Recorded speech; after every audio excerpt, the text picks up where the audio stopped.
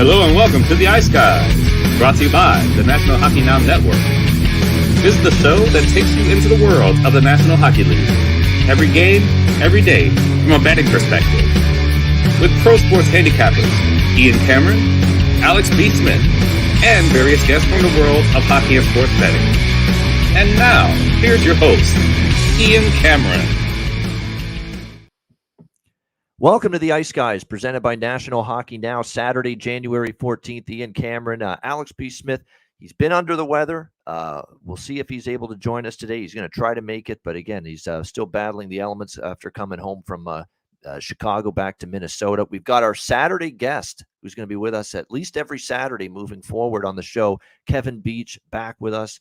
Played professional hockey as a goaltender for about 13 years, and now he's doing what I'm doing every day, trying to beat the bookies, not the opposing shooters anymore on the ice, trying to break things down and get the profits going. And Kevin, we've got to talk about last night because, you know, you're sending your prop cards and your prop bets, I know, on a daily basis to me, just so I have an idea of what you're looking at and just see how well you do. And I'll tell you what, last night, I know you had Evgeny Malkin under shots at a plus price for Pittsburgh.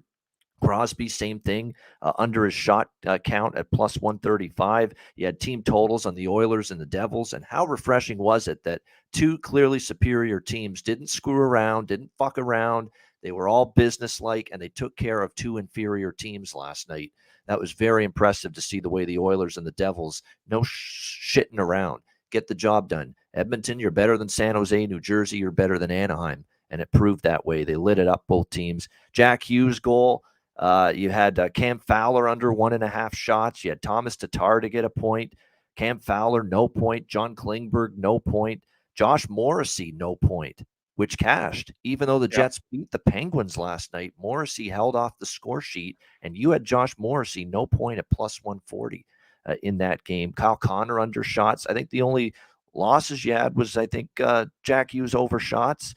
And Cam Fowler, you cashed both. Cam Fowler, but Jack Hughes over shots, I think, is the one that you lost. Fowler squeaked in a point in the last 5 minutes there. Oh yeah, but overall, yeah. Now that you're keeping track of me, pressure's on to kind of bring it here. Bottom line is you had a hell of a day and a profitable one. So well done last night, Kevin. And good to have you back. Yeah, it's good to be back. Excited to get back into it. We got a huge slate today, so. Should be a fun one to dissect and a lot of ways to go today. Yeah, exactly. Just briefly talk about last night's games briefly. We're going to keep it really short with that because it's such a huge card today. But any thoughts, Kevin, from what we saw last night with the 3 games? My thought on with Pittsburgh there, Malkin and Crosby have not been firing the puck a ton. So that plus money I just saw kind of too juicy, and I figured, you know what, one of those guys might hit it. I was expecting one of the two to hit it, but with it being plus money for both the guys, I was kind of take my shot there that for sure one guy's not going to hit it. I had a big benefit. Both guys didn't hit it, so did pretty well there. And then I didn't complicate things too much with the Devils, Ducks, Oilers, and Sharks. I just figured those guys got to score some goals. I do like sometimes being a bit safe with my over-unders, and if you have that option to pull the line from 3.5 to 3, you take a little bit of money off it, but for me, it's a little bit of a safe play. Hughes has just been on fire right now, so not a huge payout on his goal, but I'll take that any day right now. And then Fowler and Klingberg Klingberg has been doing nothing. So I think I've hit him on the no point the last 10 games. I've been going after him. I think he's only squeaked in maybe one game in there. He squeaked at a point, but I've been hammering him pretty hard. Fowler was playing pretty well. He's fallen off there. He's not doing much on the board there. So those two defensemen I'm kind of been attacking. And then the Oilers and Sharks, I just kind of took the safe play. Free the Oil could kind of get after the Sharks there. They've been giving up a ton of goals. So, it's nice when the board plays out the way you see it. But, it doesn't always happen. So kind of enjoy it. But get back to work today. Yeah, back to work today. Same with me. It was a profitable night for me, all because of the Edmonton game. Every bet on the Edmonton San Jose game hit for me. Edmonton in regulation, Edmonton team total over, the Edmonton and over 5.5 combination bet at plus 136. That cashed in as well last night, and also over 6.5 in that Edmonton San Jose game, which got there in the end with that 7-1 Oilers victory, which erased the losses I had with the Penguins team total over and the 6.5 over with the Jets and the Penguins, which again, just a terrible effort from Pittsburgh, completely dominated and completely outplayed by the Winnipeg Jets in that game. And Pittsburgh, by the way, is back in action tonight. A second of a back-to-back for them. All right, let's get to it. Saturday card, 14 games, and we will begin with the only afternoon game, the only matinee affair on this card today on this Saturday. Calgary and Dallas. We've got Dallas minus 120, home favorites, 5.5 the total here in this one. Great matchup this should be. This is actually, for these two teams, the first time meeting up since last year's 7-game first-round playoff series, which went the distance with Calgary winning 3-2 in Game 7 in overtime. A series that, let's be honest, Calgary was the better team. They deserved to win that series. It went 7 games because the man in net, Jake Ottinger, was just spectacular for the Dallas Stars. Gave them a chance in that game. This is obviously playoff revenge, if that matters to you. I think it does matter a little bit, but you can't blindly bet a game and bet a side based on, they lost in the playoffs to that team last year, they're going to beat them today. But it gives that team a little extra, pep in the step, if you will, a little extra fire in the belly, if you will, I'm sure, for the Dallas Stars, considering they're playing Calgary for the first time since losing in that 7-game series. We'll see if Calgary can string wins together. That's always been an issue for them this season. You look at it, they've only had 1 2-game win streak since the middle of December. So it's been a kind of a win-loss type of pattern for the Calgary Flames. They get the win against St. Louis 4-1 on Thursday night after they dropped the game against St. Louis before that in overtime 4-3, snapping the 2-game losing streak. They also lost to Chicago before that. I think when you look at this Flames team, Walker Duehr, a very interesting player to monitor here. He gets his first NHL goal in that last game. Dylan Dubé scores as well for the Calgary Flames. That's the key for them, is they've got to finish off their chances. They've got to get more timely saves. And as much as Jake Markstrom has a great long-term track record in the NHL, he's not given them timely saves this year. He's been very inconsistent. I'm very fascinated, Kevin, to see where Daryl Sutter goes with his goaltending here. As someone that played the position, which you did, I mean, you have to look at it right now and say, isn't Dan Vladar playing a little bit better right now than Jacob Markstrom? He certainly played well the other night against St. Louis. I think he's 6-0-2 in his last 8 starts. So he hasn't lost in regulation in his last 8 starts, Dan Vladar, for the Flames, and only 2 losses, both of them in either overtime or a shootout. So he's really played well lately for the Flames, and I'm thinking they might go back to him again just because he was good against St. Louis. He's kind of been a little bit more sturdy or reliable than Markstrom lately. It'll be fascinating to see if they go in that direction, but no goalies have been confirmed yet for this early game. You'd assume Ottinger for sure will be in net for the Dallas Stars. Just a question of who's going to be in between the pipes here for Calgary this afternoon. I'm going to probably pass the game either way because I kind of want to back Calgary, but with Dallas at home, Dallas playing for Calgary for the first time since the playoff series lost last year, I'm probably going to end up staying off Calgary and staying off this game altogether. Kevin, what are you liking here, Flames and Stars? Yeah, I think Markstrom has a bit of a runway here. I think for a little bit they get it going, but I think another 15 games, and then you got Colorado in the standings down there. They're going to be coming, so there's not a ton of breathing room to kind of give them too much more rope until you got to start giving the net over to Vladar there. Like he's been playing great. So I think Markstrom deserves another kind of next 15, 20 games to get it going. But then that stretch drive there, then you're going to have to play the hot hand like straight out, regardless of contracts. For me, I'm not looking at a win for either team as well. These guys have been playing tight games, both the Flames and the Stars. I like it to be low scoring, as we saw even in playoffs last year, like they were playing some pretty tight games, not much scoring. The line is set at 6, or no, 5.5. I was going to pull it to 6, so I like to pull it to 6. That gives me minus 137, and just play that low scoring game. Lean on the tight defense on both sides. That's my pick. If you are kind of in a fun mood to throw a couple down, a little bit of change on a couple. Jamie Benny has 1 point in his last 5. Hit him as no point is minus 114. That's one I don't mind sprinkling on. And then also a guy who's not scoring a ton is Seguin. Tyler Seguin has points in 4 of his last 10 games. And he's minus 103, so almost even money there.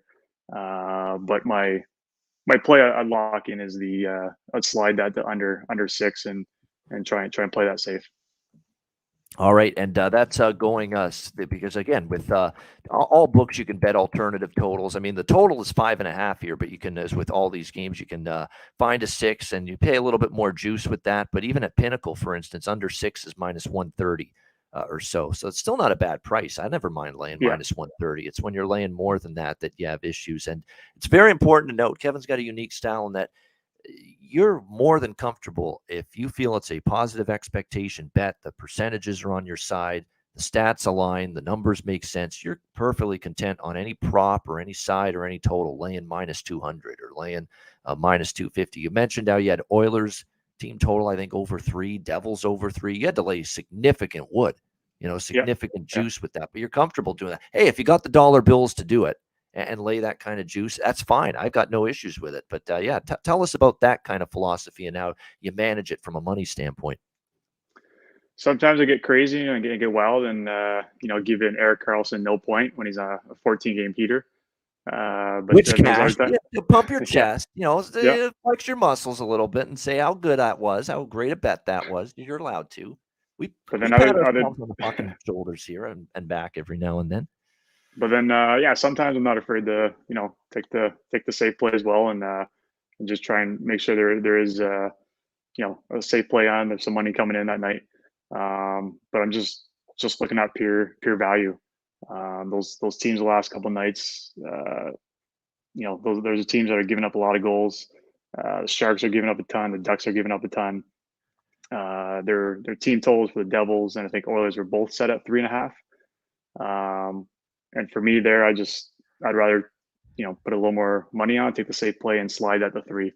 So some of those team totals, I'm thinking taking the safe play. I'll slide that if I can slide that. But I'm just looking for value anywhere I think I see value. And for me, the way those teams have been giving up goals, I thought those were, pretty much a layup. In the NHL, things can change from night to night. But for me, the way the Devils and the Oilers are scoring, those were layups for me. No doubt. And I'll say this about the value equation. For me, I often personally don't find a lot of value when I talk minus 200 or higher, but there's professionals I know that do this very well, successfully. And for them, they got no qualms whatsoever. Minus 250, they actually think it should be minus 350 or minus 375 or minus 400. And they won't hesitate. They'll lay minus 250 or minus 3. It's each individual's own perspective on what they think is value, and it's not right or wrong either way. It's just what each individual thinks is the value in that situation or that particular potential bet. So that's the way you got to read it when it comes to that for sure. So you like a lot of props today, but this is not a prop game you like a ton, right? This Calgary game. Not a ton. Jamie Benn and Tyler Seguin, like I'm not crazy about those ones. Those are ones that are more kind of, if you're in for some entertainment on that first game. But the play I like is that under, if you can find under 6 on that game.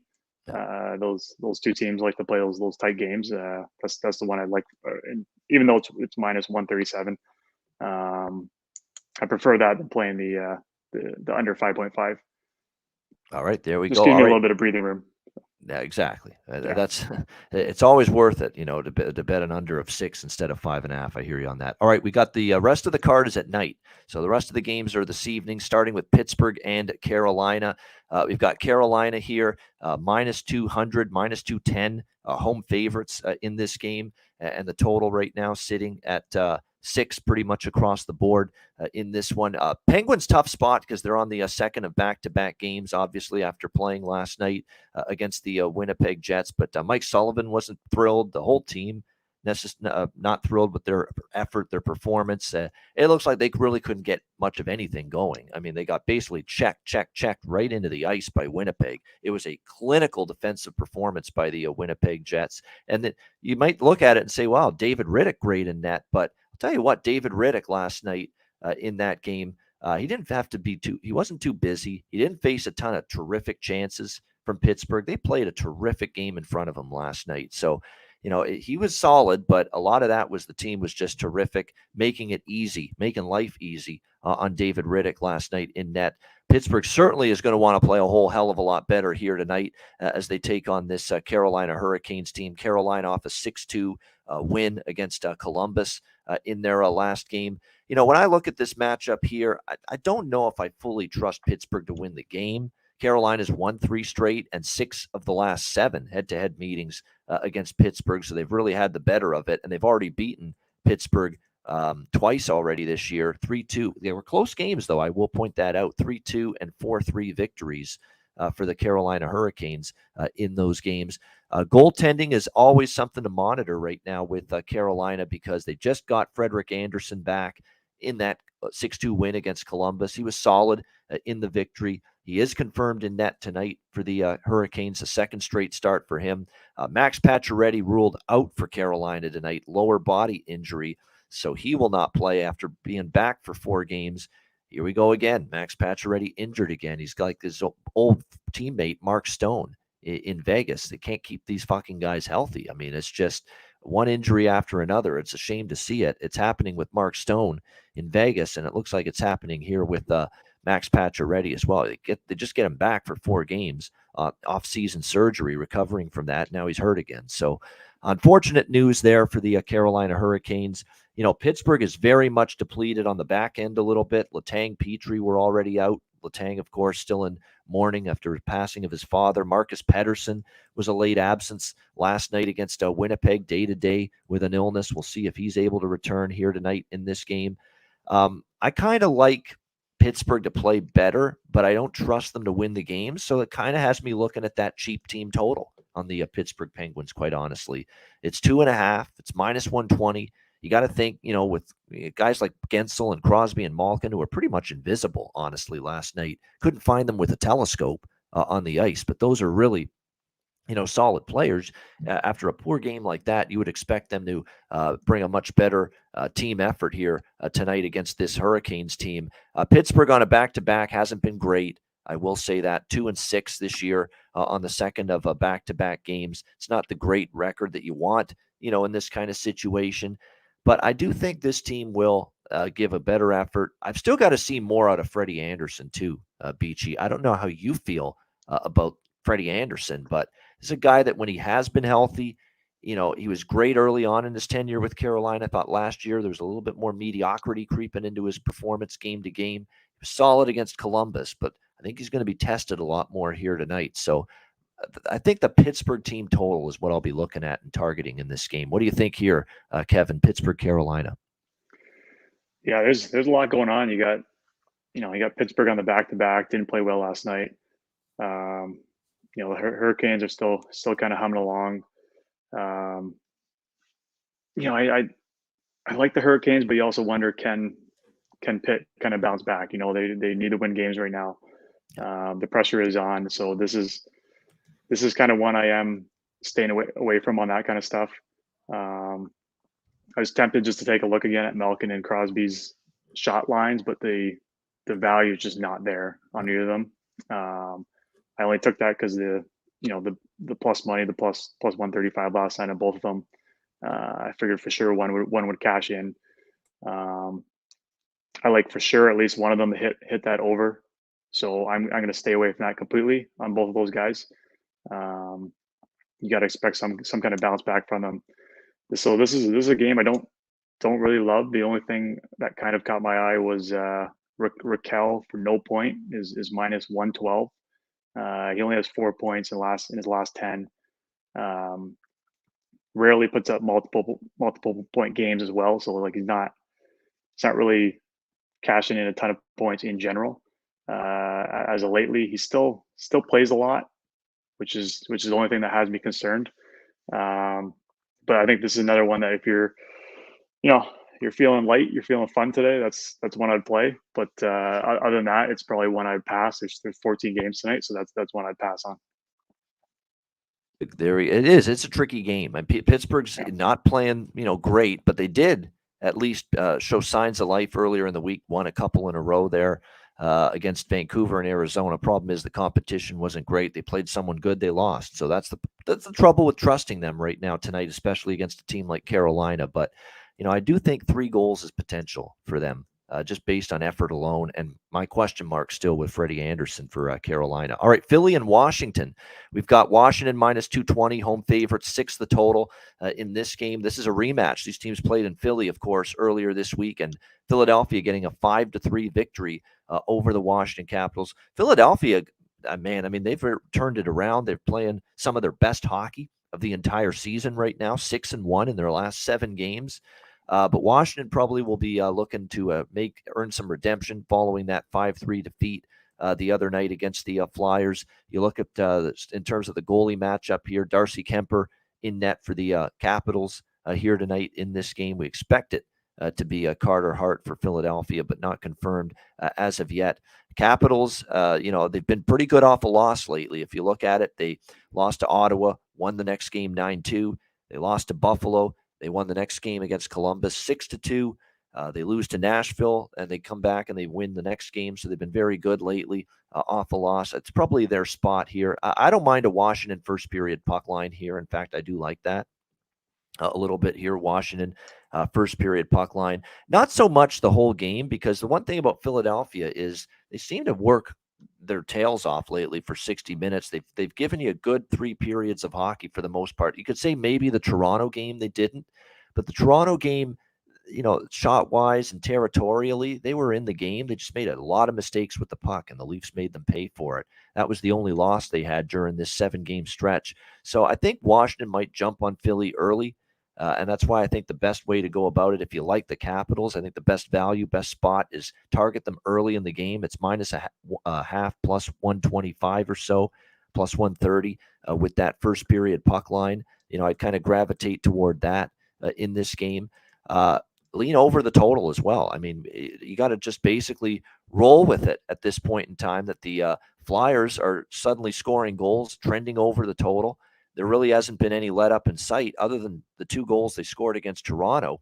I mean, this team going back to the December 20th, the final 3 games before the Christmas break, this team has scored at least 3 goals in 9 of their last 10 games. So they've been remarkably consistent, which makes the over appealing, especially with the total being 6, instead of 6.5. You've got a Flyers team that scored 3+ in 9 of 10. Coming into this game. Meanwhile, Washington, they had the 3 goals against the Flyers earlier this week. And for the most part, in their last 10 games, we've seen this team, at least score 3 goals. I think for them, it's 8 of their last 10 games where they have scored at least 3 goals in 8 of their last 10. So Washington first period puck line and full game over is probably what I'm going to look toward here with this matchup. How about from a prop standpoint here, Kevin, Flyers and Capitals? I think I was going to have my best bet of the night here, and it just got pulled in the last 10 minutes. Dylan Strome here, I think, is a healthy scratch now. Just looks like it just got posted 10 minutes ago. He's now skating after practice, which probably means he's scratched. He's been, removed off the lineup board. He was listed on the 4th line for today. Which is pretty disappointing. His because he's fallen off the board. He's tumbled down the lineup since Backstrom. Healthy scratch confirmed. Back. Yep, confirmed. Yeah, and his lines were juicy. He was for no point. He was minus 105, so basically even money. He was pointless in the last 4. for under 1.5 shots. It was plus money, plus 115.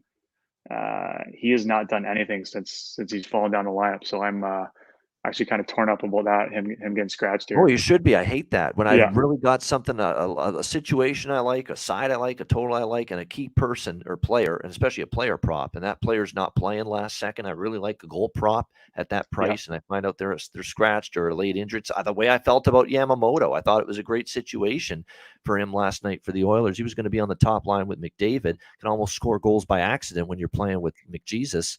And all of a sudden, he's a late fucking scratch. And it's like, oh, you got to be shitting me. How could this happen? You're feeling that way right now with Strome, I'm sure. Oh yeah, this is when I was going to hammer. He's fallen out. I got to drop him on my fantasy teams now because he was having a good season, and now he's just tumbled down, not even in the lineup. So, that's one I'm disappointed about right now. But I would probably jump on if I was going to switch gears here last second. That total of 6, I would probably jump on that as well. All right, there we go. But lean into the total of 6. And Beach, you really, really liked that call with Strome there. Minus 105, no point. And unfortunately, it looks like not going to be possible, as it looks like he's going to be out of the lineup tonight for Washington in this game. Toronto and Boston, one of the games of the night for sure. Bruins minus 145, home favorite, 6 the total in this game. Toronto, of course, back-to-back spot against Detroit. They lose that game 4-1. It was really a poor game, by their standards. Just too many mistakes, sloppy play with the puck. They didn't really – their offensive execution was off the mark, too. You could tell. I mean, passes weren't clicking. The power play was awful for the Leafs, 0 for 3. It was not a good performance at either end of the ice, really, from them. After they had that really intense, great goaltending battle with Nashville 2-1. They won that game. They beat Philly and they beat Detroit previously. Definitely it had that feel of a bit of a flat spot back-to-back, knowing they're playing the Bruins now on deck here for this big matchup in the Atlantic Division on this Saturday night, and they fell victim to it, losing that game 4-1 against Detroit. Austin Matthews has missed the last 2 games, of course, for the Leafs, but he is back tonight for them. Returning from his 2-game illness absence for the Leafs. So that certainly will prove to be a boost. How do the Boston Bruins respond? Finally, they lose their first game at home in regulation this season against the Seattle Kraken. And I took Seattle on Thursday, Kevin. It was ballsy. It was gutsy. Not a lot of people want to go against the Bruins right now. But, man, if there's any fucking spot to actually take Seattle, it was Thursday night.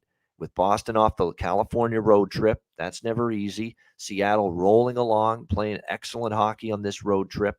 No question about that. And they fall victim to it. They lose 3-0. So it shows you that Boston can trip up in a less than advantageous spot.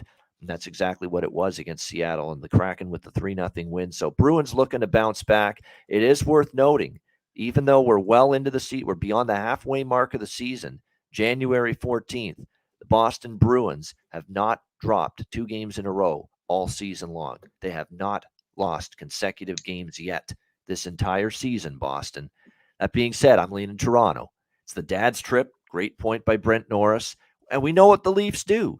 They play up to the best teams, and they can lose to a Detroit and lose to an Arizona. And we know that has been they built up an identity, the Leafs, and a characteristic, a profile, if you will, of what this team does and doesn't do. And what they often don't do is play their best against the weaker foes. They play down to those teams. But when they play the best teams, the teams that they're interested in, the teams that, hey, we want to beat these guys. We're really into this opponent. That's when you get the best out of the Leafs. Remember when they hammered Tampa at home just recently? It was right around Christmas time. I mean, Tampa, they were into that game. They obviously lost to them in the playoffs. They've had a nightmarish time against Boston over the years. These are the opponents that Toronto plays their best. And when Toronto plays their best, they can beat anybody. Because we know Toronto's A game is as good as any team in the league, but we just don't see it consistently. And it is worth noting the Leafs have won 4 straight head-to-head against Boston, including earlier this year, 2-1 home victory back in early November against the Bruins. The last time they made the trip to Boston, they won 6-4 as road underdogs. So I get it. It's kind of like the Seattle game where, yeah, there's a lot of things telling me, don't bet against Boston. Right here, the same thing. So a lot of things telling me don't bet against Boston. What are you thinking? They haven't lost 2 in a row this year at all. Do you really want to bet against Boston? And yet, if I'm playing this game, I'm taking the road underdog, those Toronto Maple Leafs. I ain't laying a price with Boston here. Kevin, what do you think? Leafs Bruins. Yeah, it's going to be a good game. I was actually able to jump on that Seattle play as well, but I was not as bold as you. I took the puck line, so I took plus 1.5 with Seattle. But I thought that was an opportunity to, if they're going to get beat at home, the way the Kraken are playing right now, I thought that was a good chance. But I took a 1.5 on the goals there, so a little bit of the safer play. This is one. Yeah, I think this is going to be a great game. The guy I'm looking at props here. This is a guy I mentioned last week who was on my watch radar, was Taylor Hall, to see what he did with DeBrusk out of the lineup. Basically, I was looking for him to get promoted in the lineup, and he's actually gone the other way. So after watching him for a couple of games, he has not. They've actually used him less here. I think they're using that. The big boys a little more. Pasternak, Marchand, Bergeron. He's still playing power play, but his even strength, he's actually listed on the third line right now. So he's not getting promoted like the way I thought it was going to happen. So I've been hitting him on the unders the last couple of games. So I'm going under 2.5 on his shots. That's minus 130.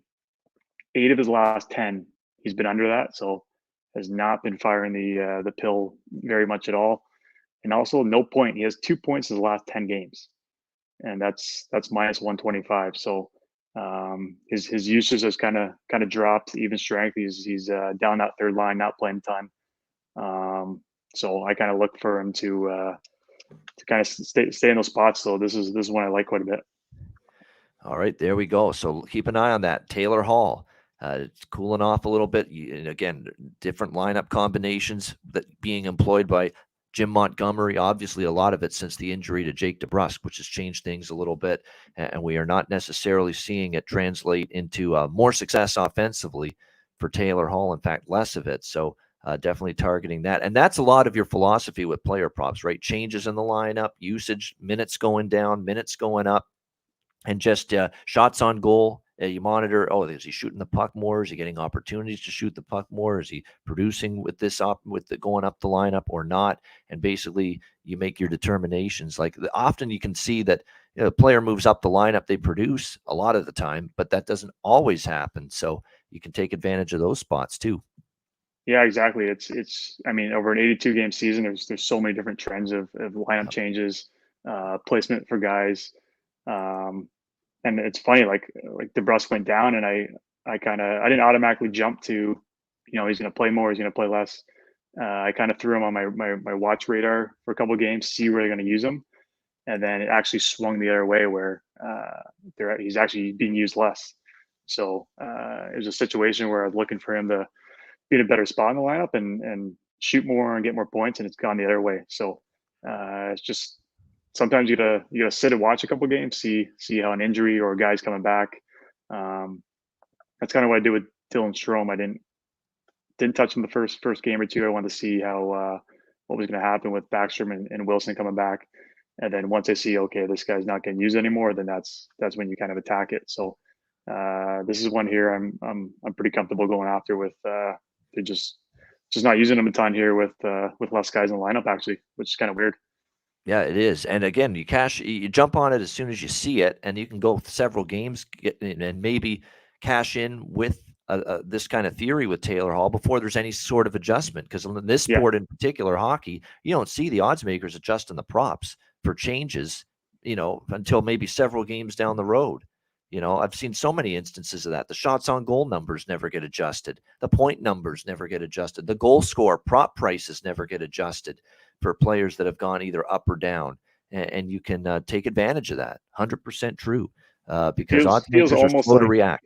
Yep. Yeah, it feels almost like card counting and blackjack. Like once you kind of get in that slot where they're in that trend and the odds don't get adjusted usually for a few games. It feels kind of similar to that. Yeah, no doubt. It's great theory and great discussion to talk about those kind of things, because I find in this sport more than any other, especially with props, you can ride the same thing multiple games in a row and cash multiple games in a row before there's anything close to a proper adjustment made. All right, Vancouver Canucks, Florida Panthers. We got Florida minus 210, home favorites, 6.5 being the total in this game. Canucks a mess on the ice, off the ice. I mean, what can you say? It's been a terrible season. 1-6 in their last 7. They're just hemorrhaging goals once again. It's not like they had an extended period where they weren't giving up goals, but at least there was a couple games there where, at least the defense and goaltending showed some signs of life. But, here on this road trip, it's been a debacle. I mean, 7 goals to Winnipeg, 5 to Pittsburgh, 5 to Tampa Bay. That's 17 goals allowed in their last 3 games, not keeping the puck out of their own net at all, struggling mightily. I will say this, though, against Pittsburgh and Tampa, the effort has been there, and they've scored goals. Like they're fine offensively. Their power play has been good. It's just their penalty kill is pathetic. Their defense is pathetic, and their goaltending is not good enough to bail them out, whether it's Spencer Martin or Colin Delia. It doesn't matter right now. It's just not good enough to bail them out of their bad defensive woes. And then if you think it's not bad enough with their record and they're not going to make the playoffs, and there's whispers if they're going to blow it up and trade guys at the deadline and Bruce Boudreau on the hot seat and all this, are they going to keep him around? As if all of that isn't bad enough. You've got this bizarre story surfacing. Quinn Hughes makes an innocuous comment about Tanner Pearson, his teammate's injury, saying it wasn't handled properly. And now all of a sudden, the Vancouver Canucks are opening an internal investigation around the handling of the hand injury, no pun intended, for Tanner Pearson, saying that maybe it was botched. He wasn't given the right medical advice, because all of a sudden this was an injury that was supposed to keep him out just for a short period of time. Next thing you know, a few days ago, he's fucking getting season-ending surgery done on that hand, and his season is over. And then you got Jim Rutherford, president of the team, saying, well, I had no idea there was an issue with Tanner Pearson's recovery until Quinn Hughes said something about it to the media. Like, this team has no fucking clue what's going on. It is a shit show. How does Jim Rutherford, the president of hockey operations, not know what's going on with Pearson's situation? How the fuck has he got to hear about it from Quinn Hughes in the media when he's talking about it in a comment there that he made, saying that they screwed the thing up with Tanner Pearson's injury? And Jim Rutherford's just saying, I only knew about this after hearing that from Quinn Hughes? What a freaking mess. What a joke, this franchise right now. Like, really? The president doesn't know what the hell's going on? Oh, my gosh. Seems like it's in the job description to kind of know that. You kind of know that. Yeah, you're the president of hockey ops, man. You're supposed to know if your player's undergoing the right treatments, the right procedures to get himself healthy again and back on the ice. And you didn't know it was not handled properly. And Quinn Hughes, your defenseman, to the media, in a statement to the media, is how you find out about this, and you had no clue before. The team's bad on the ice, and they're just a circus off the ice, clearly. I think we're finding that out right now. Where's the owner, by the way? Aquilini. Where is he? At his Italian restaurant here, eating pasta and drinking wine and not paying attention to what's going on with his team? Holy crap. Could we get a statement from him? Calm the waters a little bit? Oh, it's just, this team is just, I can understand why they're losing their shit in Vancouver. Jimmy the Bag, on my good buddy on Pub Sports Radio, is a Canucks fan. He is just beside himself with how this team has just fallen apart everywhere, on the ice, off the ice. Player transactions have been disastrous. Some of these contracts, horrible for the Vancouver. How's OEL working out? Oliver Lawson Tossum, as Don Cherry calls him. How's that working out? He was a healthy scratch the other night. Oh, it's just a mess of a team. That being said, again, they were right in the last 2 games against Tampa and Pittsburgh. I don't fault this isn't a team that's totally mailed it in. Like, they're trying. They just can't keep the puck out of their own net. So for me, this is just a simple, if it ain't broke, don't fix it bet. Over 6.5, Canucks and Panthers. Just roll with it. I think Florida will score a bunch of goals. The one thing we'll see from the Panthers is take advantage of this Swiss cheese defense here. But on the flip side, do you trust Bobrovsky? I don't. And Florida's given up in their last 3 games, 5 to Dallas, 4 to Colorado, 4 to Vegas, 13 goals during that span. I think Vancouver finds the back of the net here as well. So I like over 6.5. Very easy decision for me to bet this one. Kevin, what do you think here? Canucks, Panthers. Yeah, I like that play from you. my first thought was to look at the over 3 for the Panthers, but it just didn't. Just the value wasn't there on what the line was giving me. And I got an over for you on a prop here, which I haven't been playing too many overs. It's been a lot of unders, and I got Pedersen over 3.5 shots. Okay, it's a lot of shots. He's hit it 6 of his last 10 games. But the price payout is plus money. It's plus 125, and that's what catches my eye. The last 4 games, he had 8 shots the last game, 6 before that, 6 before that, 7 before that. So his last little streak here, he's absolutely firing it. If it wasn't plus money, I would stay away from it. I think it's kind of a 50-50 shot. He hits over that. But with that plus money, I think the value is there to play it. Yeah, I think that's a pretty good look actually in terms of the prop market here for this one for sure. And like I say, it's probably a good game to look at multiple players in terms of finding the back of the net. It should be a very high event type of hockey game. Most Vancouver games lately have been that way. And I would expect Sergei Bobrovsky to be in net for Florida because he's still on IR, Spencer Knight. Yeah, it will be Bobrovsky in this game. You'd think Spencer Martin probably will get the start here because they went to Adelia against Tampa Bay. And it wasn't much better from him. Now, Spencer Martin, again, he struggled a lot more the last few starts. But again, any goalie for Vancouver is going to struggle. I don't fault the goaltending as much as I fault. Could the goaltending be better for this team? Absolutely. But the defense is the worst part. I mean, it's just Keystone Cops, all right, in their own zone. It's brutal right now with Vancouver. So definitely Martin, I would expect in net. But either way, I like goals. And as far as the markets go for this one, you could go in a bunch of different directions. Of course, we've talked about all season, how Bo Horvat's been certainly on the Florida side.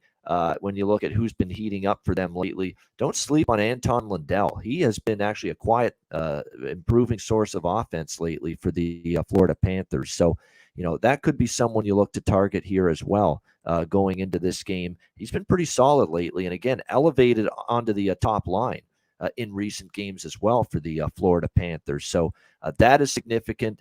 He has been noticeable for this team. So Anton Lundell, I think, is a very undervalued player prop option right now for the Florida Panthers at this point in time.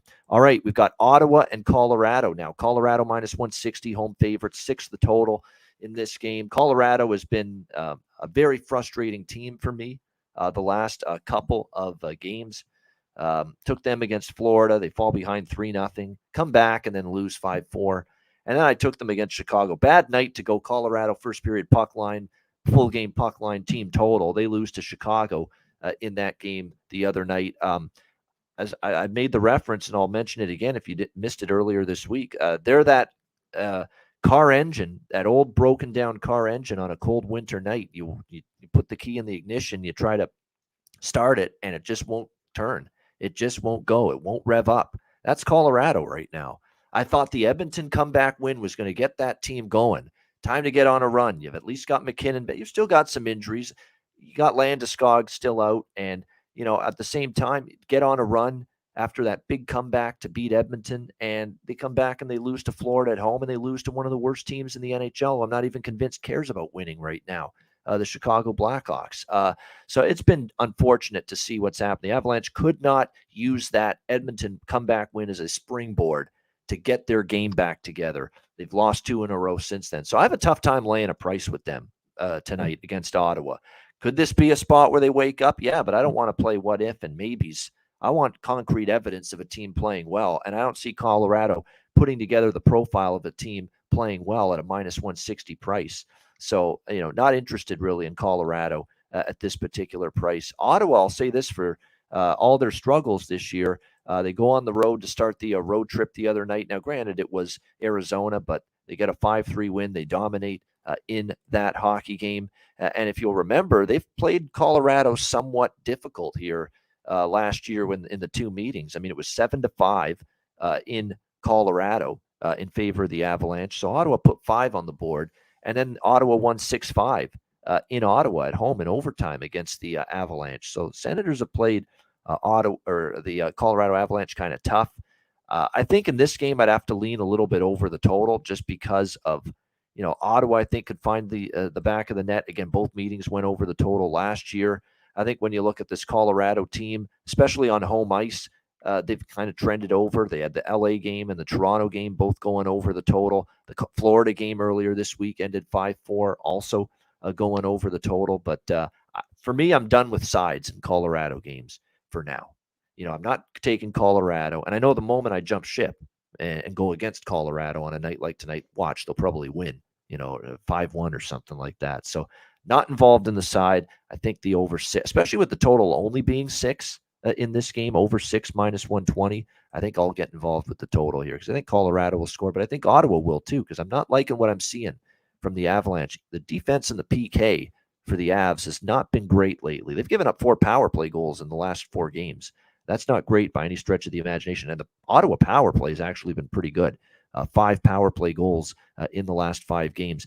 People in the chat suggesting maybe you look Ottawa team total over 2.5. It's juiced. It's minus 160, but I don't hate it. Ottawa could very well get to 3 here, but I like over 6. What do you think here, Kevin? Sens, Avs. One guy I threw on the watch list last week was JT Compher. Kind of wanted to see what happened with him. I knew his minutes dropped down under 20 for the first time in a long time with McKinnon coming back. He's still been playing quite a bit. He's been bumped up over 20 minutes again. I put up some points the other day. So he's still on this watch list for me. I'm not going at him either way. However, the guy I did bet last week was Alex Newhook. Until he proves me wrong that he can put points on the board, this is a guy I'm going after all day long. He has 1 point his last 10. For no point, it's minus 137. So you do have to pay a little bit to get it. But until he proves me that he's going to start putting points on the board, this is one I'm playing every game right now. So that is JT Compher right there for the Colorado Avalanche. That dipping in terms of production, of course, for him. Moving forward, which very well could be the case because, again, you're talking, and that'll probably even be more the case, too, as they continue to get more of their injured players back, Colorado. They did have a team meeting, players-only meeting, after the loss against Chicago, Colorado, and that doesn't always mean the team wins, but, it maybe gets their heads on straight. But if I were to bet Colorado based on that, I'd probably focus more on the first period. Because obviously coming off the meeting, you'd expect them to be flying out of the gate. So the Colorado first period angle, minus a half, plus 150, first period puck line. It's not a bad price, plus 150 for Colorado first period puck line after the team meeting, players only meeting. I could see it. I think the first 20 minutes might be the best way to bet Colorado in this game if you're going to. All right, next up here, we've got Comfort, just to clarify, Comfort, I'm going to leave alone. I'm not going to touch that. It's Newhook. I'm going to go after the no point. Newhook. There you go. Yeah. So Alex Newhook. You're right. I mean, he has been. He was supposed to be someone that was going to take advantage. Remember, Jared Bednar moved him up the lineup quite a bit when the injuries started piling up for the Avalanche, and he really didn't do a whole lot to take advantage of that. And by the way, he was hit with a puck against Chicago. And he wasn't at practice yesterday. So I hate to be a bearer of bad news here, Kevin, but he may not play tonight. Yeah, he may not play tonight. We'll see. It's one of my favorite bets again. I know. That would be a shame. You're doing me dirty here. That's tough. But you're right about his production lately. You go back to December the 13th for Alex Newhook. He has just 1 point in that span since December 13, and it was a goal against Nashville. And he has gone, let me just see here, he's gone basically without a point. Or actually, he had 1 point. He had an assist against Vancouver, but really 1 point for Alex Newhook in the last 11 games. So that's what he's had. And although, again, was absent at practice yesterday, so we'll see if he's in the lineup. Let's hope. Come on. I think I read it was maintenance issue, just a maintenance day. So to me, it sounded like he should be in there. Sounds like it too. It does. Precautionary reasons. So yeah, they already took Dylan Strome off the map for you. Let's hope they don't do this to you here with Alex Newhook tonight for Colorado. All right, Columbus and Detroit. We've got Detroit minus 230, home favorites here, 6.5 the total. Detroit definitely has had a nice bounce back type of week. They had a little bit of a rough patch, and they beat two quality teams in a row, Winnipeg and Toronto, on home ice, 7-5 and 4-1. Give them credit for that. But now we're talking about laying minus 230 with Detroit. I'm not really all that excited to do that, but they probably should be victorious in this game. They beat Columbus twice last year, 6-1 and 4-2 in those two games. Or actually earlier this year, I should say, these two meetings were 6-1 and 4-2, and both of those games were in Columbus as well. Now in Detroit, we'll see how they fare, but the Jackets have lost 3 in a row. We know the issues personnel-wise with this team have been basically prevalent for weeks now, with multiple defensemen out. Danforth, Meyer, Shinnikov on the up front, out of the lineup for them as well. Just been a very, very injury-riddled hockey team. The goaltending has been a problem area. Elvis Merzlikins is back in net for Columbus here tonight after just a rough game against Tampa Bay. 6 goals allowed in a 6-3 loss earlier this week. Of course, he gave up 6 against Washington as well in a recent start as well. His numbers are 4.62 goals against, 865 save percentage, 4-game losing streak, 4-11 in his 15 starts this year for the Columbus Blue Jackets. But no, I think if you're going to bet this one, a couple people in the chat are on to, I think, the way you've probably got to approach it, and that's Red Wings team total over 3.5. Take the Columbus side of it out of the equation, because we don't want to guess how they're going to do offensively. They're one of those teams, they could score 1 or 2 goals, but they can also score 4 or 5 in a game. Columbus is kind of all over the map with that. I think you just have your faith in Detroit being able to score at least 4 goals here against the Columbus Blue Jackets, a Columbus team that, again, gave up 6 to Carolina, 6 to Tampa Bay, 6 to Washington in a recent game, 4 to Ottawa. They're usually very capable of giving up 4 goals to the opponent. So Red Wing team total over is probably the way I would go about it here in this game. What do you think here, Kevin, with Jackets and Red Wings? Yeah, I don't mind that play at all. The one I'm going after here, Dominic Kubalik. Okay, this is the guy I've been playing here the last while. I was hitting him on the no point train there for a while. They finally removed him off that page, so at least on Barstool, I can't even find him on the no point option. He has sprinkled in a couple of last 2 games, but the one I'm going for is the under 2.5 shots. That pays plus 100, so even money back there. In his last 4 games, he has 3 shots total. He played 11 minutes last game, under 7 minutes the game before, back to 11 minutes the game before. He has tumbled down the lineup with forwards coming back for them. Right now, he's actually listed on daily faceoff. They have listed on the second line and on the first power play unit, but with his usage the last 2 games, I don't believe that. And they won the last 2 games as well, so that's why I kind of feel he's going to stay down around that 11-minute mark. And yeah, the last 4 games he has not. He's gotten 0 shots, 1. So he's not getting played right now. And it's kind of a juicy line because he had such a hot start to the season and he was just firing the puck. He was putting up points. That now he's in the spot in the lineup where he's not playing, and those lines are still pretty good on him. Those under. So that's as long as I keep putting that there, I'm going to keep hitting that until things change for him in the lineup position.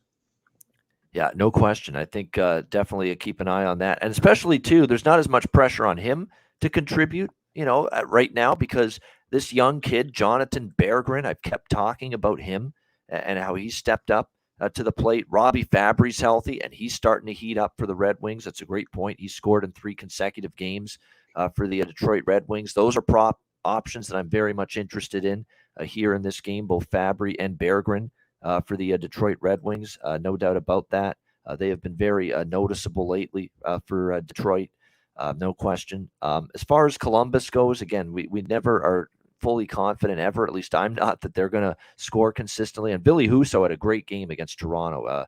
Someone who was kind of off his game a little bit, in the first the couple games there that they were losing, but it looks like he was a lot better against the Leafs, playing like he did early in the season again for the Detroit Red Wings. Keep in mind, I kind of understand the thought process some people would have. This is a big price for Detroit. They just beat Winnipeg and Toronto. You're playing lowly Columbus. Are they a little bit flat here? Well, I thought Columbus was, over. I thought Ottawa was laying too big of a price at home against Columbus recently as well. And I took Columbus that night.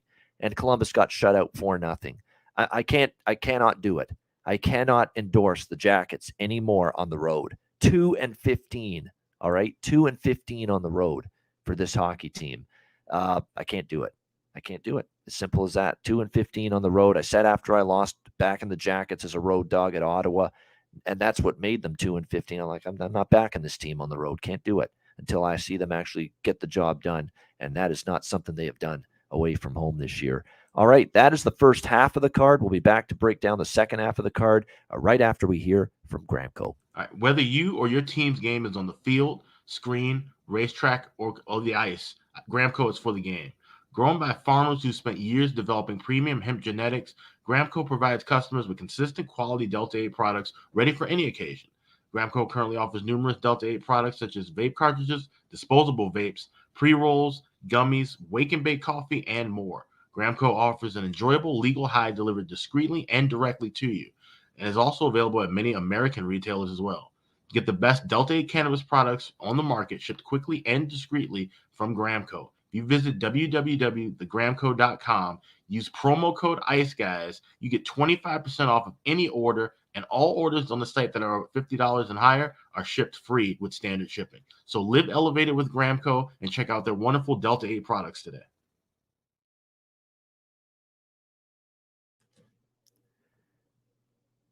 All right, we are back here on the Ice Guys. Second half now of the Saturday card.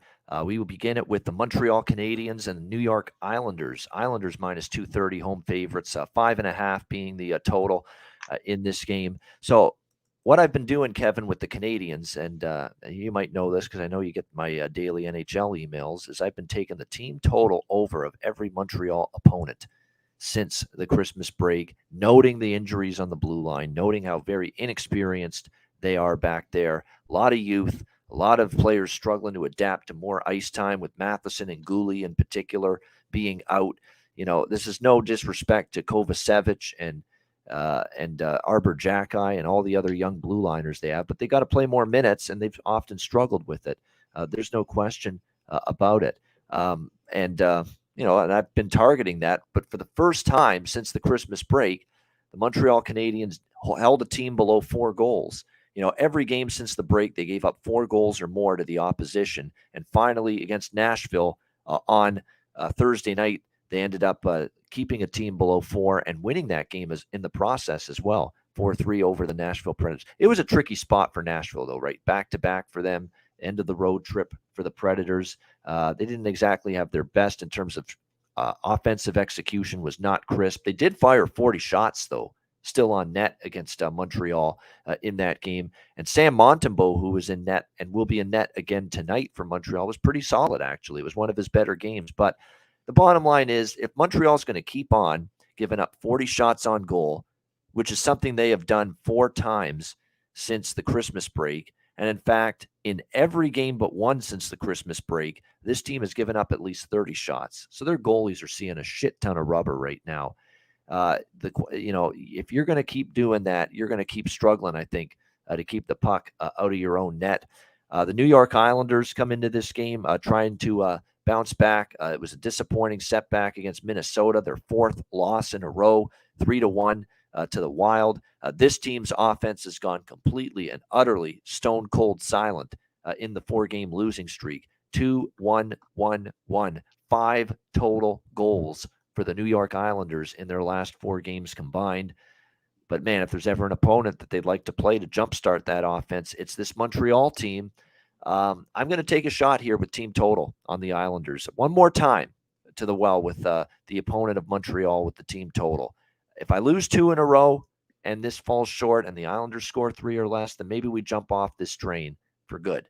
But I don't jump off a streak that I've been riding until I lose 2 in a row. I'll ask you about that too. When you're riding a player prop, when you lose and let's say you've won 7 in a row, 8 in a row. You finally lose betting that same prop. Do you just jump off right away after that first loss, or do you come back one more time, try to win again, and then maybe after the second time in a row you lose, then you jump off? How do you handle that? One more time. Yeah. That's You it. go at Same it like again. me. Yeah. Yeah. Yeah, definitely. Yeah, it's got to be. It's got to be in a couple in a row, but where you see that trend kind of change in the lineup, or see something change. But yeah, this is the I jumped on this train with you on hitting the team overs against Montreal, and it's been paying out pretty nicely here. And the exact same thought. I was looking at the way the Islanders' offense has gone the last few games, and it does worry me for sure. But hey, the train's still moving, so might as well keep grinding it out here. However, I'm going to go with the safe play for me, and I'm going to slide that line, take that option, and move it from 3.5 to 3. I think the Islanders are capable of hitting 3. If they hit 4, that's what kind of worries me. For me on Barstool, the team over on 3 is minus 157. So pay a little more to get the safer play, but that's usually what I'm more comfortable with on those over unders. The other one that really kind of interests me at first was Barzell. His shot total is 2.5. He has not been firing the puck very much, even though he's been scoring. He's been scoring goals, but he's only been over that 3 of his last 10 games. He's regularly been under that 2.5, and that is paying minus 114. However, the amount of shots the Canadians are giving up, I think that's going to keep me off playing that one. But it did spark my interest at first. But in the end, I am going to play the Islanders to hit 3 or over. I'm just thinking to myself, with Montreal's run since the Christmas break, it's really been something I haven't taken advantage of, because it's just, I don't bet them a ton, but the goalie save props for Montreal goalies, I should have been more active betting those, because they're facing a shit ton of shots. You could have cashed a lot of those overs with those goalie save props involving Montreal right now, because, I mean, these goalies are just getting hammered with pucks and hammered with shots every single. That's shots in a hockey game, not those other kind of shots. I mean, not hammered from those. That's ha ha ha. But nevertheless, they're getting absolutely, peppered right now with shots. The goalies for the that's a good thought. That's something I usually don't look at too often. Those shot props for the goalies and saves, but that'd be a pretty good angle right now as well. Yeah, so now that I'm thinking about it, I'm actually saying, I think I finally got to consider, actually betting this stuff. So we'll see. I might look at that in terms of Sam Montembeault over saves tonight. Yeah, over 28.5 MDR. Yeah, I mean, I hope I'm not too late to the party. But obviously, if you've been betting those overs lately with Montreal goalies, you're doing very well, because they're just giving up a ton of chances, ton of shots on a nightly basis. No question about it. All right, so we both like the team total over, a little bit more safer for Kevin. He's going to go over 3 at a higher price, just to be a little bit safe, a little security there. All right, Seattle and Chicago. Next up, we've got the Seattle Kraken. What a road trip for them. Minus 250 road favorites, 6 being the total here in this game. The Kraken just remarkable on this road trip. And now they're 15-6 on the road this year. This road trip, which started in Edmonton, and it ends tonight as they return home to face Tampa Bay on Monday night after this. It's been remarkable. They've won all 6 games on this road trip. 5-2 over Edmonton, 5-1 over Toronto, 8-4 over Ottawa, 4-0 against Montreal, 4-3 against Buffalo, and then the staggering upset of the Boston Bruins, 3-0 on Thursday night. But here's the caveat. They've won 6 in a row on this road trip, 7 in a row overall. And normally I'm like, you ride the hot hand, you back the Seattle Kraken. But this is that classic, for me at least, that classic, we bet prices, not teams, in sports betting. We bet prices, not teams. Same with Seattle-Boston the other night. Yeah, Boston, how would you want to go against them? But you're betting prices, not teams. And Seattle at plus 200 in that game was just way too much value to pass up. This to me is that spot where Seattle coughs it up, in my opinion. Not that they will. That maybe they're just too great right now. And Chicago, we know, is supposed to be pretty bad. That Seattle's going to roll again and finish off a successful, perfect road trip. But look, you're off this huge win against Boston, one of the best teams in the NHL. Everyone's telling you how great you're playing. You're playing this lowly little Chicago team. You've been on the road for a long time. Let's be honest. You've had a lot of different travel situations. You went Pacific to East time zone, playing through Edmonton, then out to Toronto and Ottawa and Montreal, Buffalo, Boston. Now flying to the Central time zone, playing Chicago. That adds up over time. A lot of games in a short period of time with travel. You're excited as fuck to get back home after this game. You've been away from the Pacific Northwest for a long time. It's got the makings of Seattle falling short tonight. It just does. It's hockey handicapping 101.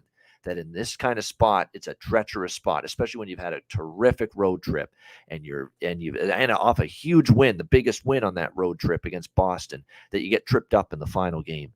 So I am sprinkling here tonight, and I haven't lost my mind. I am sprinkling tonight on Chicago first period and full game money line.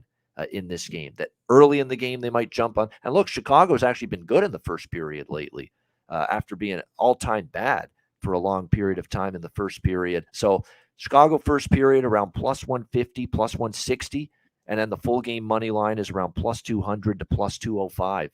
I think it's that kind of situation here. Whereas, look, thank you, Seattle, for the win against Boston, but I think this is a dangerous spot for them. And look, Chicago's playing with some spunk right now. They've won 3 in a row on this homestand. Arizona, Calgary, Colorado was an impressive win. I don't even mind backing Chicago if Peter fucking Mrazek is in net, because he actually played well for a change in the last game for the Chicago Blackhawks. So it's just a very, very treacherous spot, in my opinion, for the Seattle Kraken in this game. Martin Jones, by the way, confirmed in net. So that's the way I'm playing it here. Chicago here, a little split bet, first period, full game money line. Kevin, what do you think here? Seattle, Chicago? Yeah, I don't mind what you're doing. I was kind of split here as well. With Seattle, they're humming along. The Blackhawks, they're on their little 3-game heater as well. They've been pesky, knocking off the Flames, knocking off the Avalanche. So for me, I kind of didn't want to touch it on a wins loss either side here. I like Seattle, but not the price, like you mentioned. But I don't like the Blackhawks enough as well to go after them. So I was looking at the over team total for the Kraken. 3.5 kind of scared me. The way the Hawks are kind of batting down the hatches right now and kind of hold some good teams to some lower scores. So I kind of went with kind of a safe play. I think the Kraken can squeak out at least 3. So I went with the over 3. Give me the wash at 3, and then if they do kind of roll them, then I'll take the money. It's minus 195, so I do have to pay a little bit to get it. But I got to think, like the Blackhawks can't keep going the way they're going, and so I like even if it's a high scoring game here and the Blackhawks do pull it out, I like the Kraken to at least score 3, get my money back, and then hopefully they do roll them for a little more. All right, so it sounds like Kevin's liking the Kraken team total over in this one, and which is still they're very capable of getting to. Obviously, they've been very good offensively of late. Matty Beniers has been outstanding for them. They've even gotten all the depth forwards have been great. Alex Wenberg's been very good this season for them. He's found something. Daniel Sprong's been chipping in for the Kraken of late. I mean, they've just gotten so many different contributions. Ellie Tolvanen, don't sleep on him. That's definitely a prop I'm betting again here tonight for this Seattle Kraken. He's been magnificent since getting this new lease on life, if you will, with Seattle after Nashville put him on waivers. He comes to a new home and he's motivated. He's got a chip on his shoulder, and he is playing great right now for the Kraken. So Ellie Tolvanen worth a look, no question. Yeah, about that. Almost nightly right now. I'm texting you saying your boy did it again. So he did it again. Yeah, I'm surprised you didn't talk about him off the hop here. No, exactly. But no, he's been excellent, and he's still undervalued. Again, I mean, you're getting insane prices for a guy that scored in several games, more than he hasn't since joining the Kraken, and he's plus 350 to plus 400 at some books to score a goal tonight. So absolutely great value. Once again, Ellie Tolvanen of the Kraken. Chicago on the other side.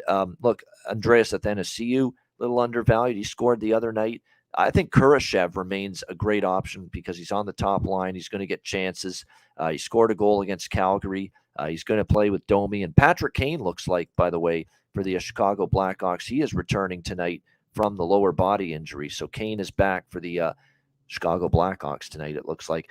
Alex Stalock is practicing again from back on the ice from his illness, but it looks like he's not quite ready enough to start. He'll be backing up the likely starter, which hasn't been confirmed, but likely it will be Peter Mrazek again for Chicago in this game. All right, Tampa Bay and St. Louis. We've got Tampa Bay minus 185, road favorites, 6 the total in this game. I like the over here. I think you're going to see goals both ways in this one. I think that's the way to go, especially with the total dropping to 6.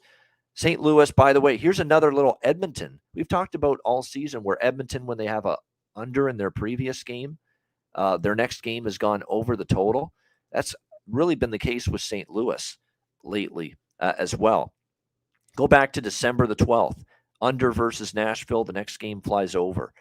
Under against Vancouver, December 19th, their next game against St. Louis against Seattle goes over the total. They went under the total in a game against Chicago, December 29th. The next game goes over the total.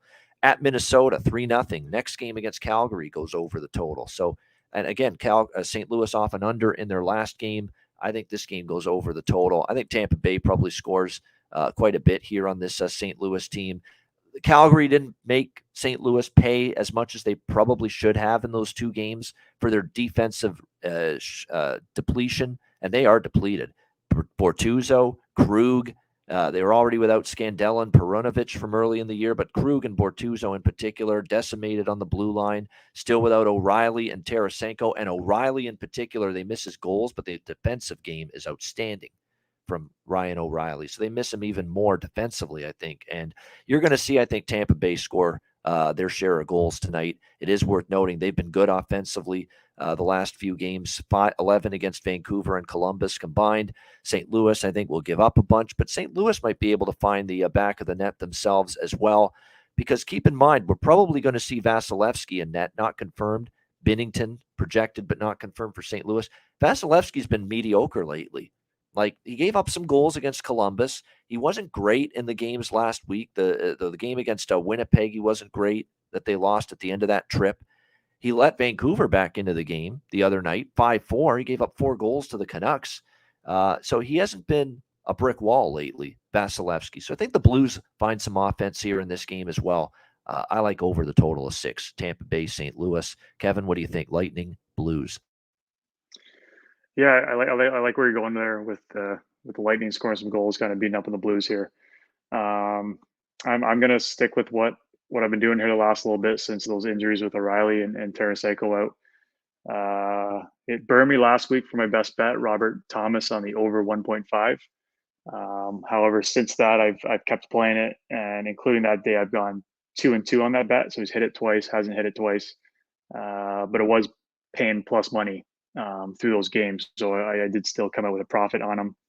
But that trend, I'm just gonna, stick with it. He's playing more with O'Reilly out. It has been adjusted a little bit. It's minus 112. So you're almost getting even money back. And this is one I'm gonna play until they get some bodies back, or until he just shows me that he's not going to do it on a consistent basis. So this is one. It scares me a little bit, to be honest, because when he hits it, he has 2 or 3 shots. So he's not flying over it.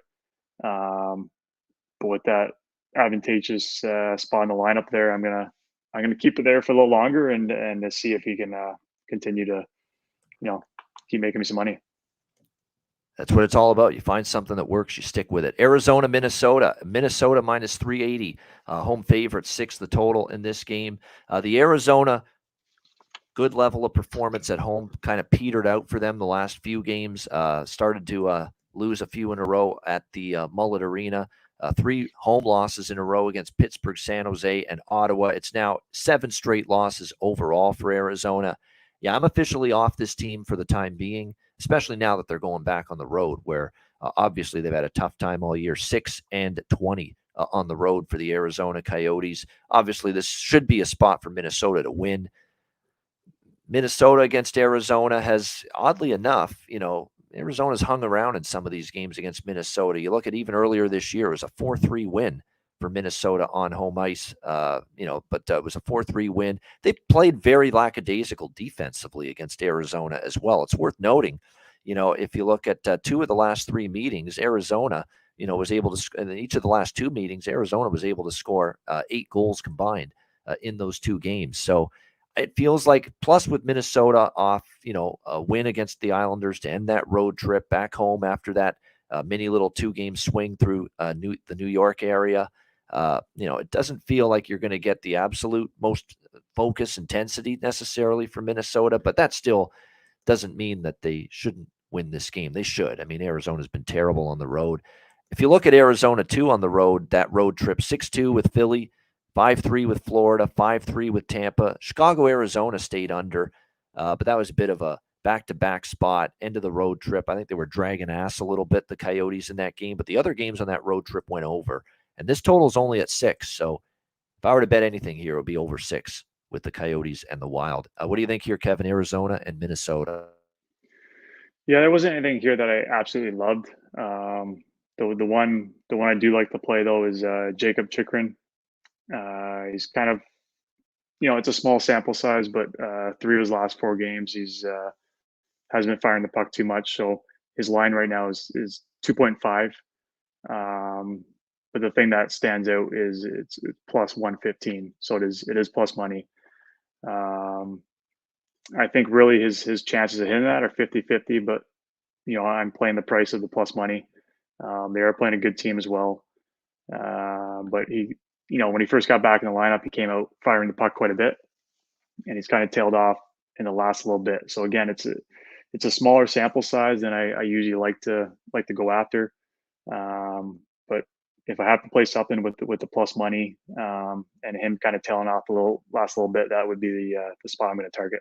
So Chikrin on under 2.5 for plus 15 is the price I have on Barstool.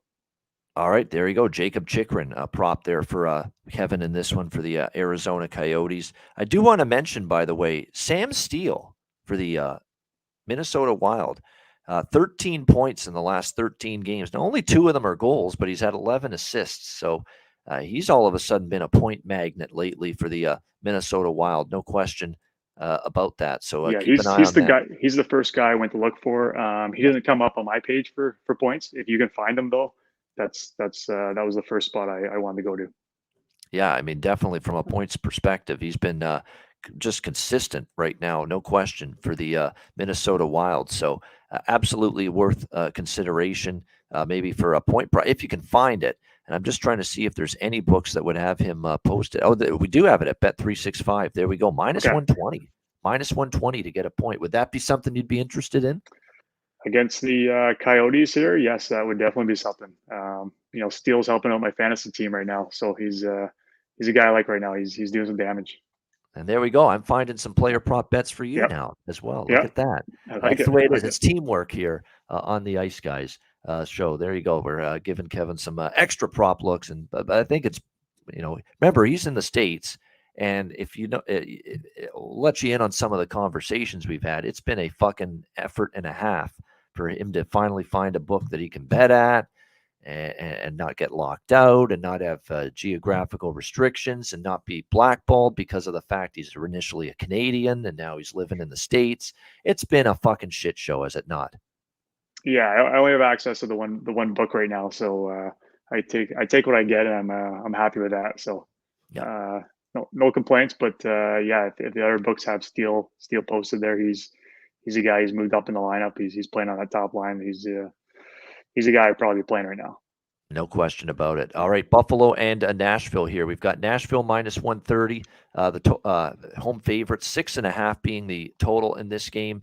The Nashville Predators obviously returning home from a road trip where they started it in Carolina through Washington, Ottawa, Toronto, Montreal, 5-game road trip. And actually, what's alarming about this road trip for Nashville is they played a lot of games in a short period of time. if you actually look at the way the schedule plays out, this road trip had 5 games to it, but it was only over a span of 5, 6, 7, 8 days.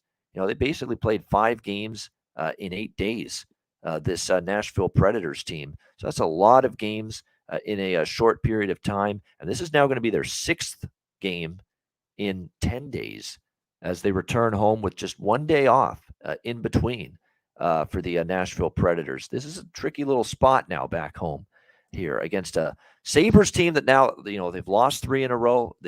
But the Philly game was off the Minnesota game, which was a wild one.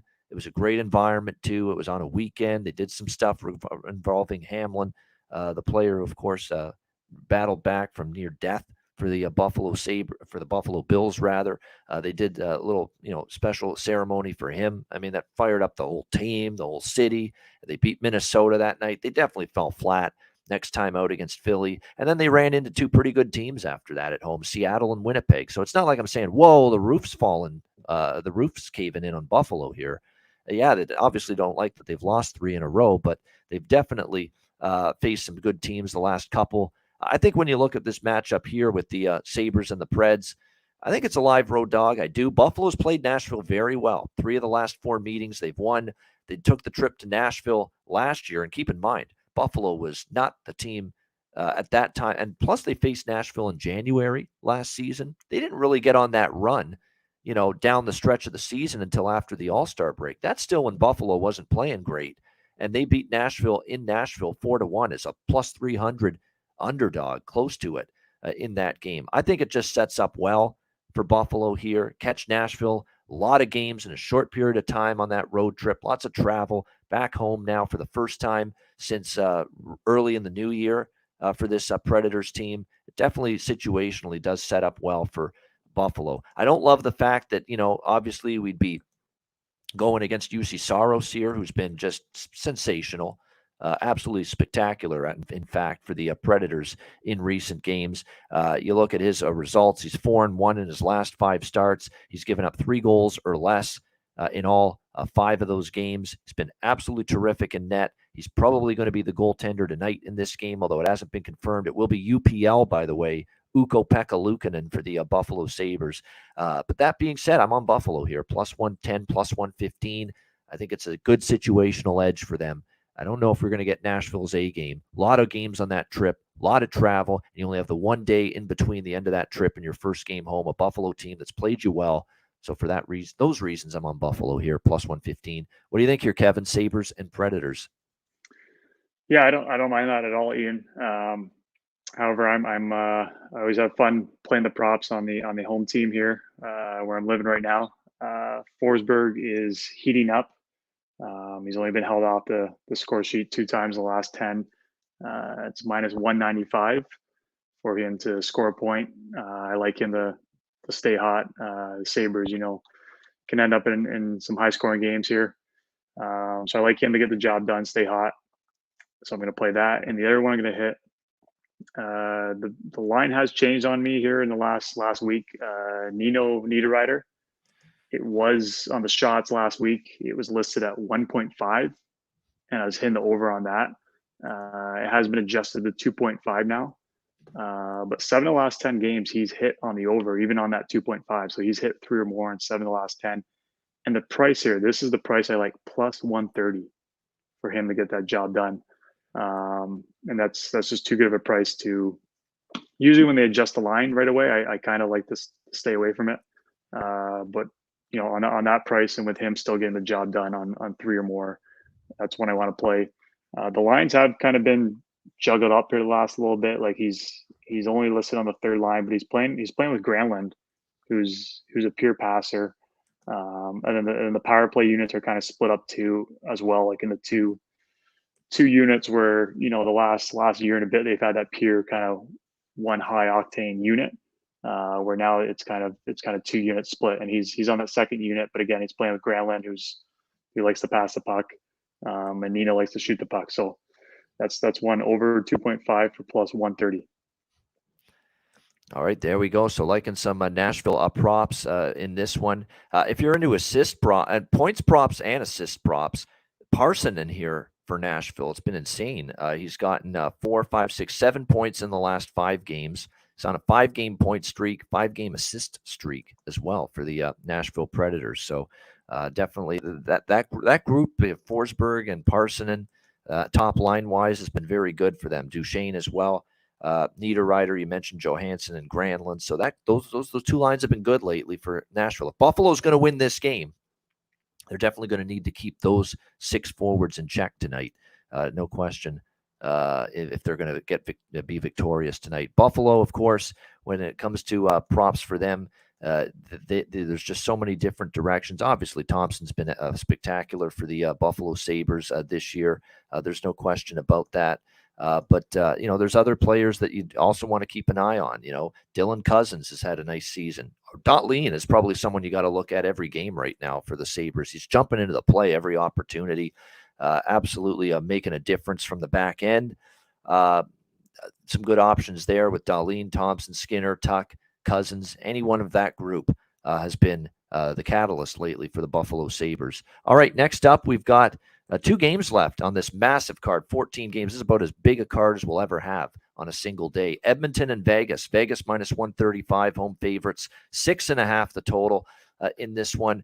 The Oilers starting to get their game going a little bit, although we do want to point out you did play Anaheim and San Jose, all right, the last 2 games. So let's see if you can keep it going here against the Vegas Golden Knights. They did beat Vegas earlier this year on home ice by a score of 4-3. We'll see if they can keep the win vibes going against the Golden Knights here. It's back-to-back for the Oilers after the win last night against the San Jose Sharks. The Oilers, by the way, on the second night of back-to-backs this year, they actually have a winning record, 3-2 on the second night of back-to-back games this year. So they've been one of those teams where it hasn't been that bad for them playing in back-to-back spots like this.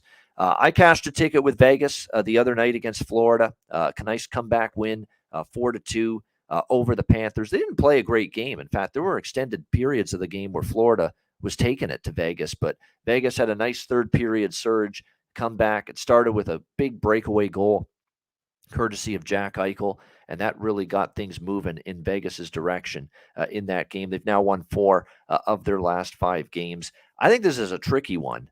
From a side perspective, honestly. Edmonton's played Vegas very well, in fact. 4-1 in the last 5 meetings, 2 straight victories here in Vegas for this Edmonton team. Now, last night, it was Jack Campbell, a second straight start for him because Stuart Skinner's away from the team as his wife is about to give birth to their first child. And I don't think Skinner's back tonight either. And I also don't think that they're going to put Campbell in on a back-to-back, which means we could be looking at Calvin Pickard here for the Edmonton Oilers in net. He's been called up from Bakersfield in the AHL. He has actually pretty solid numbers at the AHL level this year. 2.89 goals against, 909 save percentage down there. Of course, he's been in the league for many years, started in Colorado, briefly was in Toronto, Philadelphia and Arizona after that, and then Detroit the last couple of seasons. We'll see how he fares here, but very possibly we see Cal Pickard in net. I still lean Edmonton, even with Pickard in net and on a back-to-back. I mean, it's a good price. I get the feeling this team's got maybe a little run in them. They've played Vegas very well. Vegas didn't play well enough against Florida to say, yeah, I really, really am confident to back them as favorites here because they could have easily lost that game to Florida the other night. So I do lean a little to Edmonton at a plus price. It'll be a small play. I do like the over, though, as well. I think that's the stance for me that I like even more is this game. I think it's got a decent chance to go over the total 6.5. Edmonton's in one of those grooves right now where their offense is coming to life.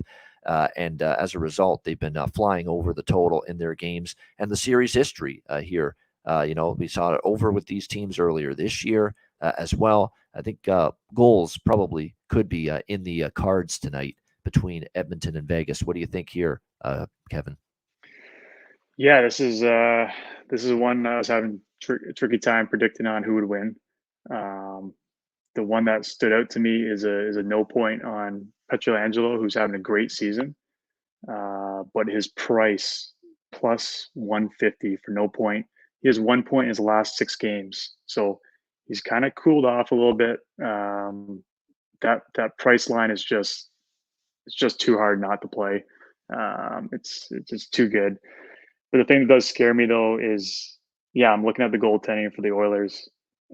Also kind of projecting a high game. I know Campbell's had a good 2 games here, kind of to get back, but do I trust him for a back to back? I don't trust him for a back to back. And then, as you said, they might actually throw Calvin in tonight. So you don't really know what you get there, but yeah, it does worry me with the goaltending situation for Edmonton tonight. I like your play that it is going to be a high scoring game.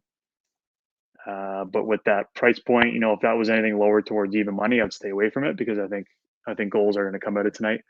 But with it being plus 150 and he has 1 point in his last 6 games, that's one I have to the values there. I have to play it. And keep in mind, Kyler Yamamoto was a late absence and a late scratch last night for the Edmonton Oilers against San Jose. He is a game time decision tonight. If he doesn't play, you're looking at a Dylan Holloway, Connor McDavid, Derek Ryan top line.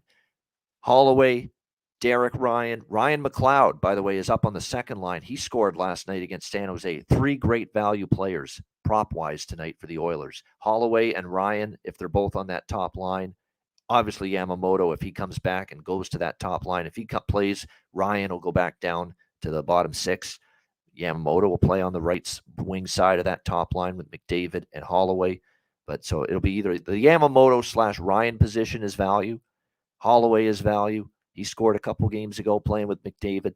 And, of course, I mentioned Ryan McLeod as well. He's up on the second line, which is with Nuge and Draisaitl, and those two have been very good all season. So McLeod's got value as well for the Edmonton side in terms of player props. You notice I've gotten off the Michael Amadio train. He's cooled off a little bit, our guy for the Vegas Golden Knights. Hey, we had a lot of fun with that for a few games. But, yeah, he's back down to earth a little bit. Plus, Eichel coming back means he takes a lot of the brunt of the offense on his shoulders.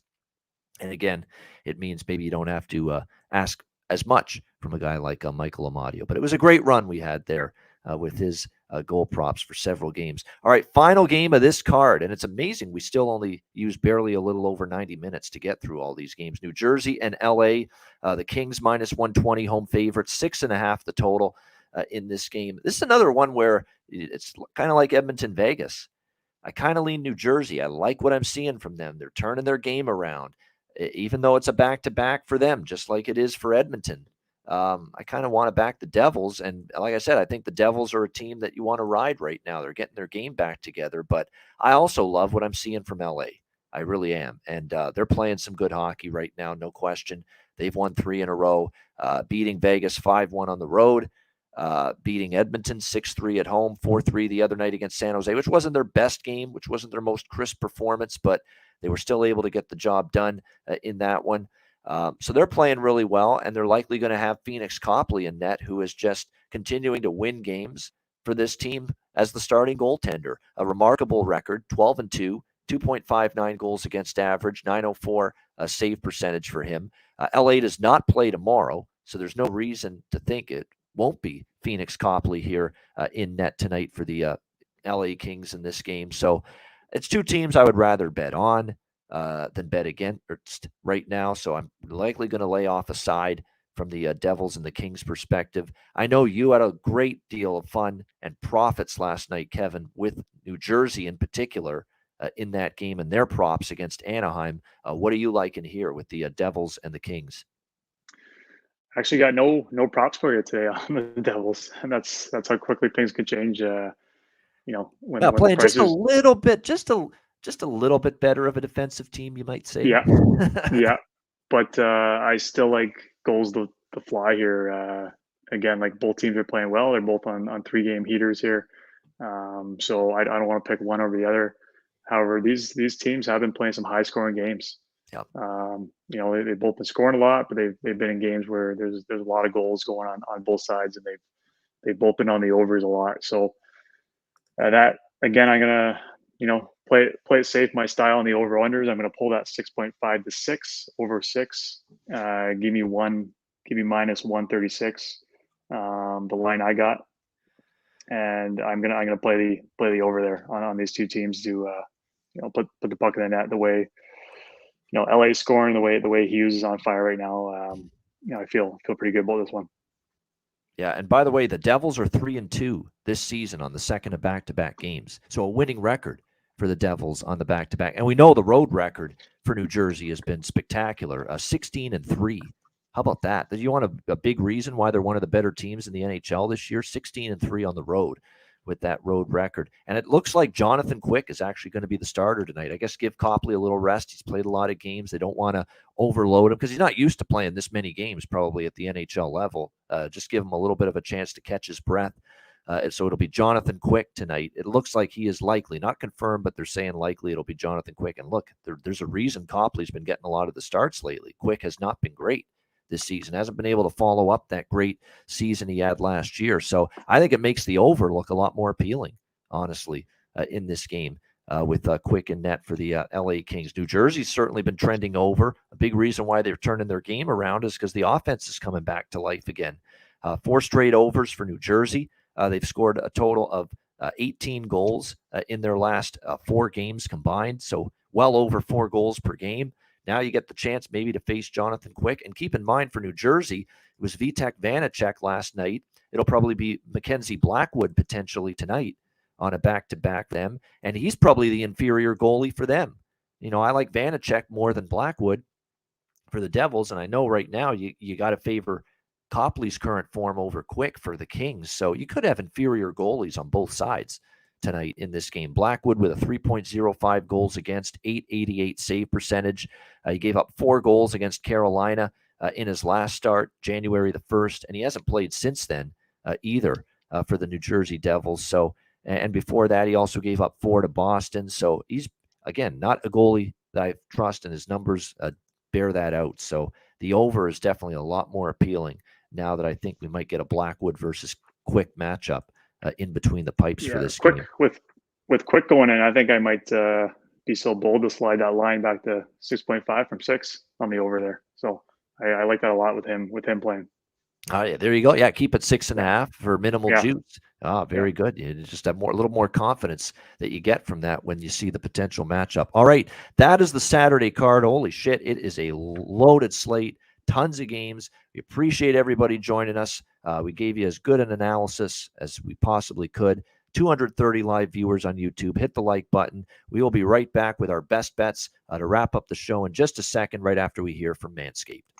Support for the Ice Guys is brought to you by Manscaped, our good friends at Manscaped, who are the best in men's below-the-waist grooming. Their products are precision-engineered tools for your family jewels. Manscaped's Performance Package, the ultimate men's hygiene bundle. Join over 7 million men worldwide who trust Manscaped with this exclusive offer for you, courtesy of the Ice Guys. Get 20% off of any purchase and free worldwide shipping with the promo code Ice Guys. That's promo code Ice Guys, all one word, ICEGUYS at manscaped.com. If my math is correct, that's about 400 million balls that you can help preserve with manscaped.com using the promo code Ice Guys. You get the Performance Package 4.0. It is a game changer. The Lawnmower 4.0. It takes care of this, among other things. It'll keep you trim as can be. The Lawnmower 4.0, waterproof. Same thing with the Weed Whacker, which takes care of your ear hair, nose hair. I mean, nose hair in particular. You know, I'm getting up there in age, and nose hair is becoming definitely more of an issue. This will take care of it. It feels like someone's tickling the inside of your nostrils sometimes. It pisses the hell out of me. It bothers me. I need to take care of that shit. This will take care of it for you. The Weed Whacker. Make part of the package that you get with your Manscaped purchase and the Manscaped Performance Package 4.0. You also get the ball toner. You also get the ball deodorant, keep you smelling good and looking good and feeling good down in the nether regions. This package is really going to make you feel good and look good and look better, slim, trim. That's what it's all about. And manscaped.com can help you out with that. So make sure you take advantage of this. Manscaped.com. Get 20% off and free shipping with the promo code IceGuys at manscaped.com. That's 20% off with free shipping at manscaped.com, and use the promo code IceGuys. Unlock your confidence and always use the right tools for the job with Manscaped.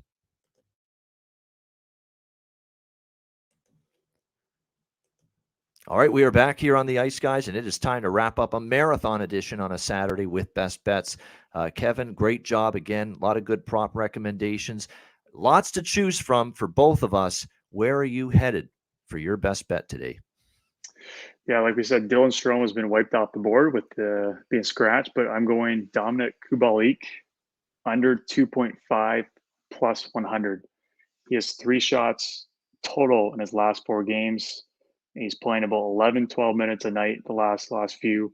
Until they prove me different that they're actually going to play him and they keep this guy buried in the lineup, this is a guy I'm going to keep going after. So I like this one a lot. Kubalik under 2.5 for plus 100. There you go. Dominic Kubalik, Detroit Red Wings, under 2.5 shots on goal right there. Player prop best bet for this Saturday card for Kevin Beach. Did a great job. He'll be with us every Saturday, and he'll be on occasionally, maybe on another day of the week too, whenever he can swing it with the schedule. But definitely every Saturday you will see him right here on the Ice Guys show moving forward. Great stuff. All right, my best bet. I'm going to do Tampa Bay St. Louis over 6 minus 110 minus 115. I like that total quite a bit. It's one of my favorite totals on the card today.